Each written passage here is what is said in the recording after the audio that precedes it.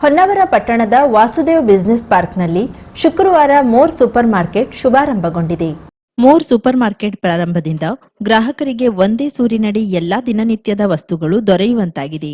More super market ಭಾರತದಾದ್ಯಂತ ಶಾಖೆಯನ್ನ ಹೊಂದಿದ್ದು ಹೊನ್ನಾವರ ಪಟ್ಟಣದಲ್ಲಿಯೂ ಶುಭಾರಂಭಗೊಂಡಿದೆ. ಗ್ರಾಹಕರಿಗೆ ವಿನೂತನ ಆಫರ್ಗಳನ್ನು ಪರಿಚಯಿಸುತ್ತಿದ್ದು ದಿನಸಿ ವಸ್ತುಗಳು, ದಿನನಿತ್ಯದ ವಸ್ತುಗಳು, ತರಕಾರಿ, ಹಣ್ಣುಗಳು, ಹಾಲಿನ ಉತ್ಪನ್ನಗಳು ಸೇರಿದಂತೆ ಹಲವಾರು ಬಗೆಯ ವಸ್ತುಗಳು ಒಂದೇ ಸೂರಿನಡಿ ಗ್ರಾಹಕರಿಗೆ ಸಿಕ್ಕಿದಂತಾಗಿದೆ. ಮೋರ್ ಗ್ರಾಹಕರಿಗೆ 3,499 ರೂಪಾಯಿ ಮೇಲ್ಪಟ್ಟು ಖರೀದಿಯ ಮೇಲೆ 3 ಲೀಟರ್ ಕುಕ್ಕರ್ ಹಾಗೂ 1,499 ರೂಪಾಯಿ ಮೇಲ್ಪಟ್ಟು ಖರೀದಿಸಿದ ವಸ್ತು ಮೇಲೆ ಕಂಟೈನರ್ ಉಚಿತವಾಗಿ ನೀಡುತ್ತಿದೆ. ಇನ್ನು 199 ರೂಪಾಯಿ ಗ್ರಾಹಕರಿಗೆ ಕಾರ್ಡಿಗೆ ವರ್ಷದ ಚಂದಾದಾರರಾಗಿದ್ರೆ 5% ಕ್ಯಾಶ್ ಬ್ಯಾಕ್ ಅನ್ನ ನೀಡುತ್ತಿದೆ. ಇನ್ನು ಗ್ರಾಹಕರಿಗೆ ದಿನಸಿ ವಸ್ತುಗಳಲ್ಲಿ ಆಫರ್ಗಳನ್ನು ನೀಡುತ್ತಿದೆ.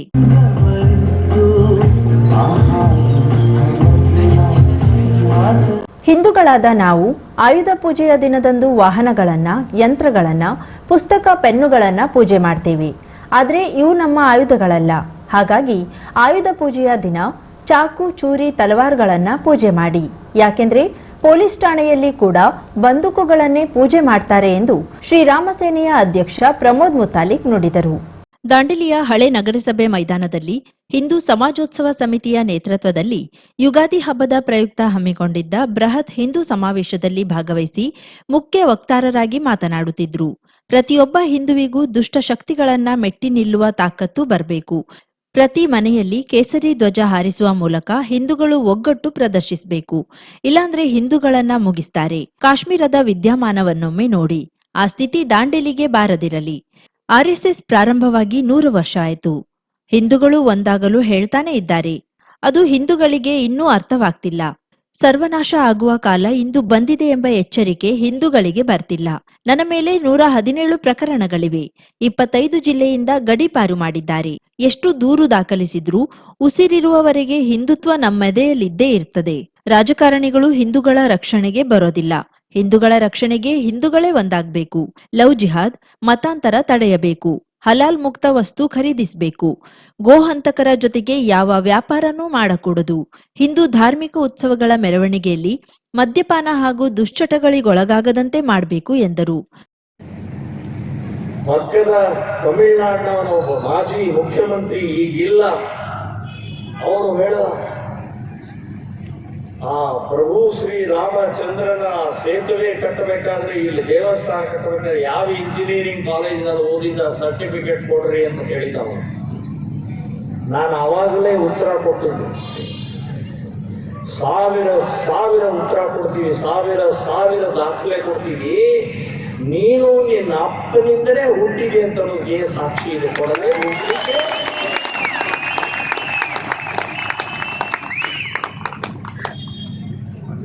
ಮನೆ ಮನೆಯಲ್ಲಿ, ಹಳ್ಳಿಯಲ್ಲಿ, ರಕ್ತದಲ್ಲಿ ಪ್ರಭು ಶ್ರೀರಾಮಚಂದ್ರ ಇದ್ದಾರೇ. ಅದಕ್ಕೆ ಪ್ರೂಫ್ ಬೇಕಾ? ರಾಮಾಯಣ ಓದಿದ್ರೆ ಸಾಕು, ಪ್ರತಿ ಪುಟದಲ್ಲಿ ಅಯೋಗ್ಯ ಅಂತನ್ನುವಂಥದ್ದು. ಇದಕ್ಕಿಂತ ಸಾಕ್ಷಿ ಏನ್ ಬೇಕೇ? ಬಡ್ಡಿ ಮಗನೇ.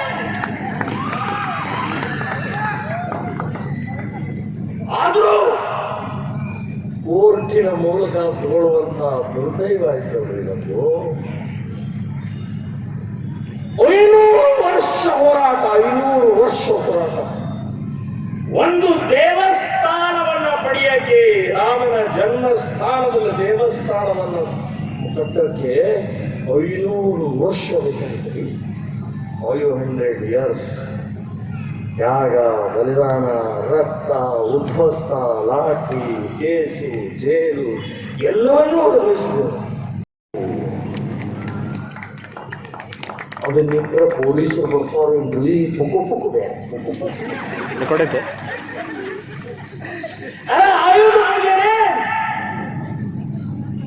ಪರಂಪರೆಯ ಸಂಪ್ರದಾಯ ಸಾವಿರ ವರ್ಷದಿಂದ ನಡ್ಕೊಂಡು ಬಂದಂತ ಆಯುಧ ಪೂಜೆಯಲ್ಲಿ ತಲವಾರು ಹಿಡ್ತಾ ಇದ್ರೆ ಇನ್ನೇನಿಲ್ಲ. ಅದಕ್ಕೆ ಹಿಂಗಾಗಿ ಬದುಕ್ತಾ ಇದ್ರು. ಅದು ತಲವಾರಿಡೋದು, ಬ್ಯಾಂಡಿದು ಅಥವಾ ಪ್ಲಾಸ್ಟಿಕ್ ಅಂದು ಅಥವಾ ರಟ್ಟಿಂದ ಇಡಕ್ ಹೋಗ್ಬೇಡ್ರಿ. ಹರಿತವಾದ ಇಡಬೇಕು, ಏಕ್ ಮಾರ್ಗೋ ತುಕಡ. ನಾನು ಪೂಜೆ ಮಾಡೋಕ್ಕೆ ಇಡಬೇಕು ಅಂತ ಹೇಳ್ತಾನೆ, ನಾನು ಹೊಡೆಯಕ್ಕೆ ಹೊಡೆದಾಟಕ್ಕೆ ಅಲ್ಲ. ಸೊ ಈ ಧೈರ್ಯ, ಈ ಸಾಹಸ ಇವತ್ತು ನಾವು ಮಾಡಲೇ. ನಾನು ಯಾವಾಗಲೂ ಹೇಳ್ತಾ ಇದ್ದೀನಿ, ಪೊಲೀಸರು ಬಂದು ಕೇಸ್ ಹಾಕ್ತಾವೇನ್ರಿ ಅಂತಂದ್ರೆ, ಪೊಲೀಸ್ ಸ್ಟೇಷನ್ಗೆ ನೀವು ಹೋಗಿ ಆ ಆಯುಧ ಪೂಜೆ ದಿನ ಕಂಪ್ಲೇಂಟ್ ಹಾಳೆ ಪೂಜೆ ಮಾಡೋದಿಲ್ಲ, ಚಾರ್ಜ್ ಶೀಟ್ ಪೂಜೆ ಮಾಡೋದಿಲ್ಲ, ಮಿನಿಟ್ ಬಕ್ ಪೂಜೆ ಮಾಡೋದಿಲ್ಲ, ಬಂದೂಕಿನ ಪೂಜೆ ಮಾಡ್ತಾರ್ರೀ. ಬಂದೂಕಿನ ಪೂಜೆ ಅವರೇ ಬಂದೂಕಿನ ಪೂಜೆ ಮಾಡಬೇಕಾದ್ರೆ ನಮಗೆ ಯಾಕೆ ಕೇಸ್ ಅವ್ರನ್ನೆಲ್ಲ ಹಾಕೋಣ. ದಾಂಡೇಲಿ ಹಿಂದೂಗಳು ಸಹ ಅಪಾಯದಲ್ಲಿದ್ದಾರೆ. ದೇಶಪಾಂಡೆಯವರೇ, ನಿಮ್ಮ ಮನೆ ಕೂಡ ವಕ್ಫ್ ಬೋರ್ಡ್ ಎಂದು ದಾಖಲಾಗಿದೆಯೇ? ಒಮ್ಮೆ ಪರಿಶೀಲಿಸಿಕೊಳ್ಳಿ ಎಂದು ಹೇಳಿದ ಪ್ರಮೋದ್ ಮುತಾಲಿಕ್, ನರೇಂದ್ರ ಮೋದಿಯವರು ವಕ್ಫ್ ಬೋರ್ಡ್ ಕಾನೂನು ತಂದಿರುವುದು ಸ್ವಾಗತಾರ್ಹ, ಅದಕ್ಕೆ ಅಭಿನಂದಿಸುತ್ತೇನೆ ಎಂದರು. ಮಸೀದಿಯನ್ನು ಕಟ್ಟಿದರೆ ಯಾವ ರಾಜ, ಯಾವ ಇಸ್ವಿ, ಯಾವ ದೇವಸ್ಥಾನ, ಯಾವ ಮಸೀದಿ ಇದೆ ಅಂತನ್ನುವಂಥ ದಾಖಲೆ ಸಹಿತ ರಾಷ್ಟ್ರಪತಿ ಕೊಟ್ಟು ಹೇಳಿದ್ರು, ನಮಗೆ 30,000 ದೇವಸ್ಥಾನ ಬೇಡ, ನಮಗೆ 3 ಕೊಡಿ ಅಂತ ಹೇಳಿ. ಕೊಡ್ಲಿಲ್ಲ ರೀ, ಕೊಡ್ಲಿಲ್ಲ. ಹೋರಾಟ ಮಾಡಬೇಕಾಗಿದೆ. ಸೊ ಇನ್ನು ಹೋರಾಟ, ಇನ್ನು ಭಿಕ್ಷೆ ಅಲ್ಲ, ಹಿಂದೂ ಸಮಾಜದ ತಾಕತ್ತಿನ ಮೂಲಕ ಪರಿವರ್ತನೆ ಮಾಡ್ತೀವಿ, ಬದಲಾವಣೆ ಮಾಡ್ತೀವಿ. 2 ದಿನದ ಹಿಂದೆ ಒಕ್ಕಳಿಸ್ಬಿಟ್ಟು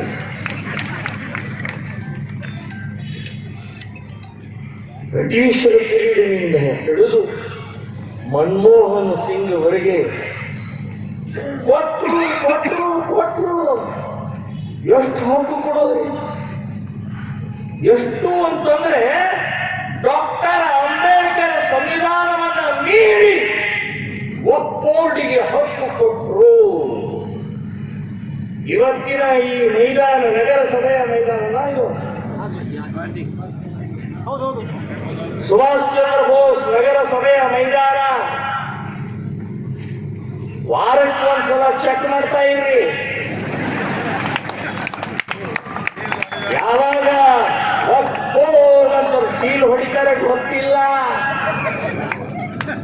ಕಾಂಗ್ರೆಸ್ನವರೇ,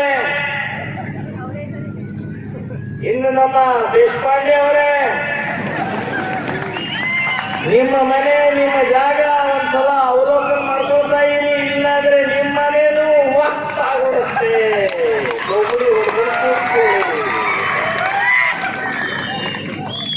ಎಷ್ಟು ಹಕ್ಕು ಕೊಡೋದ್ರಿ? ಡಾಕ್ಟರ್ ಅಂಬೇಡ್ಕರ್ ಸಂವಿಧಾನವನ್ನು ಮೀರಿ ಸುಪ್ರೀಂ ಕೋರ್ಟ್ ಕೂಡ ಕೇಳೋಂಗಿಲ್ಲ. ಅವ್ರದೇ ಕೋರ್ಟು,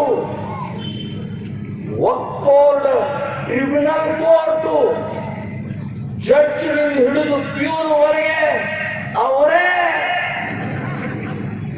ಅದೇ ಟೋಪಿ, ಅದೇ ಗಡ್ಡ.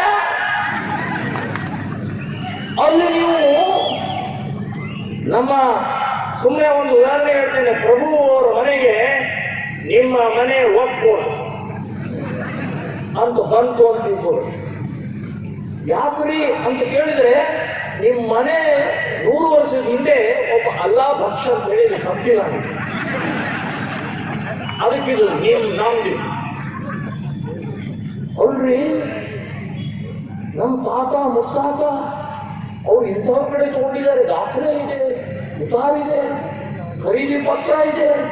ಅದೆಲ್ಲ ಗೊತ್ತಿಲ್ಲ, ಅದೆಲ್ಲ ಗೊತ್ತಿಲ್ಲ. ನೀವೆಲ್ಲ ಒಪ್ಪು ಆಗ್ಬಿಟ್ಟಿದೆ. ಇವ್ರು ಎಲ್ಲ ಹೋಗ್ಬೇಕು? ಸಿವಿಲ್ ಕೋರ್ಟ್, ನಮ್ಮ ಕೋರ್ಟಿಗೆ ಹೋಗಂಗಿಲ್ಲ, ಹೈಕೋರ್ಟಿಗೆ ಹೋಗಂಗಿಲ್ಲ, DC ಕಡೆ ಹೋಗಂಗಿಲ್ಲ, ತಹಸೀಲ್ದಾರ್ ಕಡೆ ಹೋಗಂಗಿಲ್ಲ. ಎಲ್ಲಿ ಹೋಗ್ಬೇಕು? ಟ್ರಿಬ್ಯುನಲ್, ವಕ್ಫ್ ಬೋರ್ಡಿನ ಕೋರ್ಟು, ಟ್ರಿಬ್ಯುನಲ್ ಕೋರ್ಟಿಗೆ ಹೋಗಿ, ಸ್ವಾಮಿ ಇದು ನಂದು, ಇದು ದಾಖಲೆ ನೋಡ್ರಿ ಅಂತ ಹೇಳಿದ್ರೆ ಅವ್ರು ಕೇಳೋದಿಲ್ಲ. ಇಲ್ಲ ಇದು ವಕ್ಫ್ ಅಂತ ಹೇಳೋ ಹೊರಬಿಟ್ರ ಸೀಲು. ಅಲ್ಲಿಂದ ಮತ್ತೆ ನಿಮಗೆ ಬೆಂಗಳೂರು ಅವ್ರದ್ದು ಟ್ರಿಬ್ಯುನಲ್ಗೆ ಅಲ್ಲಿ ಹೋಗ ಹಿಂಗೆ ಓಡಾಡಿಸ್ಬಿಡ್ತಿದ್ರು ನಿಮ್ಮನ್ನ. ಒಬ್ಬ ಸಾಮಾನ್ಯ ರೈತ, ದಲಿತ, ಒಬ್ಬ ಸಾಮಾನ್ಯ ಪ್ರಜೆ ಎಷ್ಟೊಂದು ಓಡಾಡ್ಬೋದ್ರಿ. ಹಿಂದೂ ಸಮಾಜೋತ್ಸವ ಸಮಿತಿ ಅಧ್ಯಕ್ಷ ವಾಸುದೇವ್ ಪ್ರಭು ಸ್ವಾಗತಿಸಿ ಪ್ರಾಸ್ತಾವಿಕ ಮಾತನಾಡಿದರು. ಹಿಂದೂ ಸಮಾಜದವರು ನಮ್ಮ ಸಂಸ್ಕೃತಿ ಸಂಸ್ಕಾರವನ್ನ ಉಳಿಸಬೇಕು, ಹಿಂದುತ್ವವನ್ನ ಬೆಳೆಸಬೇಕು ಎಂದರು. ಈ ಸಂದರ್ಭದಲ್ಲಿ ದಾಂಡೇಲಿಯ ವಿವಿಧ ಸಮಾಜ ಪ್ರಮುಖರಾದ ರಘುನಾಥ್ ರಾಂದೇಡ, ಪ್ರಾಣೇಶ್ ಮುಗಳಿಹಾಳ, ನಂಜುಂಡಪ್ಪ, ಚಂದ್ರಕಾಂತ್ ಮೀರಾಶಿ, ಪರಮೇಶಿ ಕಲಾಲ್, ದೀಪಾ ಬುಲ್ಬುಲೆ, ಆರ್ಎಸ್ ನಾಯ್ಕ್, ಕಾಶಿನಾಥ್ ಸೂರ್ಯವಂಶಿ, ಮಧುಕೇಶ್ವರ್ ಹಿರೇಮಠ, ಅನಿಲ್ ಮೇದಾರ, ಪ್ರಮೋದ್ ಕುಡ್ತರ್ಕರ್, ನಾರಾಯಣ್ ಶಿಕಾರಿಪುರ, ಪಾಂಡುರಂಗ ನಾಯಕ್, ವಿಠ್ಠಲ್ ಖಾಳೆ, ಕಿಶೋರ್ ಕಿಂದಳ್ಕರ್, ಹನುಮಂತ ಕಾರ್ಗಿ ಸೇರಿದಂತೆ ಹಲವರು ಉಪಸ್ಥಿತರಿದ್ದರು. ಪರಶುರಾಮ್ ಹಾಗೂ ಎಸ್ಎಂ ಪಾಟೀಲ್ ಸನ್ಮಾನ ಕಾರ್ಯಕ್ರಮವನ್ನು ನಡೆಸಿದ್ರು. ಸಂತೋಷ್ ಸೋಮನಾಚೆ ಸ್ವಾಗತಿಸಿದ್ರು. ವೀಣಾ ಕ್ಷೀರಸಾಗರ್ ನಿರೂಪಿಸಿದ್ರು. ದಿಗಂಬರ್ ನಾಯ್ಕ್ ವಂದಿಸಿದ್ರು.